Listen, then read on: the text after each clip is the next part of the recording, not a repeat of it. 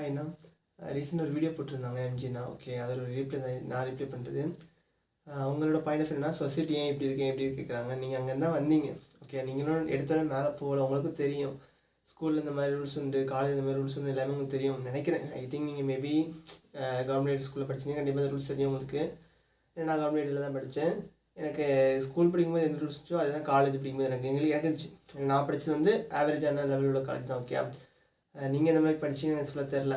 But அங்கே எங்களுக்கு rules எப்படி இருந்துச்சுன்னா, பசங்க பேசக்கூடாது அப்படி தான் இருந்துச்சு. 7th ஸ்டாண்டர்ட் வரைக்கும் நாங்கள் ஒன்றா தான் இருந்தோம். பாய்ஸ் அண்ட் கேர்ள்ஸ் ஒன்றா தான் இருந்தோம். விளையாடும் எல்லாமே நல்லா தான் இருந்துச்சு. ஓகே, 8th ஸ்டாண்டர்ட்லேருந்து கொஞ்சம் பிரிக்க ஆரம்பித்தாங்க. அடுத்து நான் வேறு ஸ்கூல் போயிட்டேன். அந்த ஸ்கூல் ரூல்ஸ் எனக்கு ரொம்ப டிஃப்ரெண்டாக இருந்துச்சு. பேசவே கூடாது அப்படி ரொம்ப ரொம்ப இதுவாக இருந்தது. எனக்கு அது ரொம்ப வியர்டாக கொஞ்சம் வித்தியாசமாக இருந்துச்சு. ஒரு சுச்சுவேஷனுக்கு அப்புறம் 9th ஸ்டாண்டர்ட் 10th ஸ்டாண்டர்டுக்கு அப்புறம் பேசவே பயந்தேன் நானே. சகஜமாக பேசக்கூடிய நானே எனக்கு இதுவாகிடுச்சு. அடுத்து செகண்ட் இயர் வரைக்கும் ஓகே, காலேஜில் பொண்ணுகிட்ட அதிகமாக பேச கிடையாது. அதிகமாக ஏதோ என்னன்னா என்ன அந்த மாதிரி தான் கேட்கும். நெக்ஸ்ட்டு இது கூட சகஜமாக பேச கிடையாது. இன்னும் பேசோட பயம் ஏதோ சொல்லிடுவாங்க அப்படின்னு சொல்லிட்டு. நெக்ஸ்ட்டு செகண்ட் இயருக்கு அப்புறம் லாக்டவுன் வந்தது. அப்போ தான் நார்மலாக சேட்டிங் ஆரம்பிச்சிது. அதுக்கப்புறம் ஃபைனல் இயரில் கேஷுவலாக பேச ஆரம்பித்தோம். எங்களோட பாயிண்ட் ஆஃப் வியூ தான் என்ன சொல்கிறோன்னா, எங்களை வந்து ஒரு டேபுவாக ஆக்கிட்டாங்க. ஓகே, அதுதான் நாங்கள் சொல்ல வருது. நீங்கள் சொல்லுங்கள் சொசைட்டி நீங்கள் சொசைட்டிக்குள்ளே தான் இருந்தீங்க நீங்களும். ஓகே, இப்போது நீங்கள் கொஞ்சம் வெளியே வந்து நிறைய லேர்ன் பண்ணிக்கிட்டீங்க.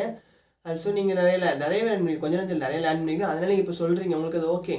பட் ஓவரால் எங்களோட மைண்ட் செட் இப்போது நானும் கொஞ்சமாக அதில் வெளியே வந்து லேர்ன் பண்ணிகிட்டு இருக்கேன். அதனால் நானும் இப்போ ஓகே தான் சகஜம் அப்படின்னு அண்டர்ஸ்டாண்ட் பண்ணிக்கிட்டேன். ஓகே, பட்டு இன்னும் உள்ள காலேஜ் ஸ்டூடெண்ட்ஸ் உள்ளவங்க எல்லாத்தையும் பார்த்தீங்கன்னா காலேஜ் ரூல்ஸ் தான் அவங்களுக்கு பெருசாக இருக்கும்.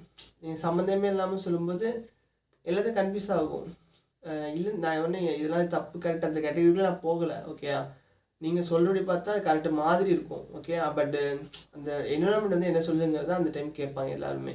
ஸ்கூல் ரூல்ஸ் என்ன, காலேஜ் ரூல்ஸ் என்ன சொல்லிட்டு நீங்கள் மேபி இந்தமாதிரி காலேஜ் படிச்சிங்கன்னு தெரில. ஆனால் நான் ஓப்பனாக சொல்கிறேன், ஆவரேஜில் நான் பார்த்து வரைக்கும் கேர்ள்ஸுக்குள்ளே பேசக்கூடாது அந்த மாதிரி சொல்லுவாங்க. பாய்ஸ் அண்ட் கேர்ள்ஸ் பேசக்கூடாது. எங்கள் காலேஜ் அப்படி ரூல்ஸ் இருந்துச்சு, பாய்ஸ் அண்ட் கேர்ள்ஸ் பேசக்கூடாதுன்னு.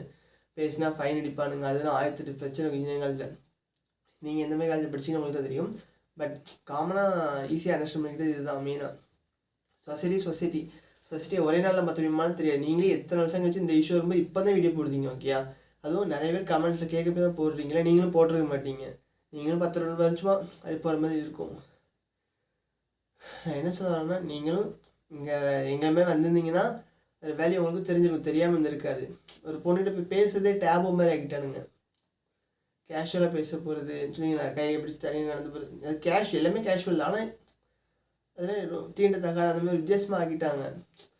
அதே இது இப்போ நல்லா பேசுகிற பசங்க இன்னொரு அவனை ஃப்ரெண்ட் யாராவது பேச போகிறாங்கன்னா அப்போது அவனை பேசோட அதுமாதிரி பண்ணுவானுங்க. ஓவராலாக என்னோட இப்படி இருக்குது. இதுலேருந்து எல்லாத்துக்குமே வரணும் ஆசை தான். அதுக்கு வந்து அவங்க வெளியே எக்ஸ்ப்ளோர் பண்ணணும். சும்மா ஒரே இடத்துல இருந்தால் இதே ப்ராப்ளம் வரதானே செய்யும். சரியா, இது என்னோட ரீப்ளே. ஏன்னா நான் வரும்போது நான் நிறைய ப்ராப்ளம்ஸ் இருந்துச்சேன். அதுமாரி இப்போது ரீசெண்டாக காலேஜ் வச்சுக்கோங்க. காலேஜ் கம்ப்ளீட் பண்ணுறதுக்கு முன்னாடி உள்ளது. அதாவது படிக்கிற பையனுக்கு ஒரு ரூல்ஸ் இருக்கும் காலேஜில், படிக்காத பையனுக்கு ஒரு ரூல்ஸு. அதாவது நான் வந்து ஆவரேஜில் படிக்காத போர்ஷன் வச்சுக்கோங்க.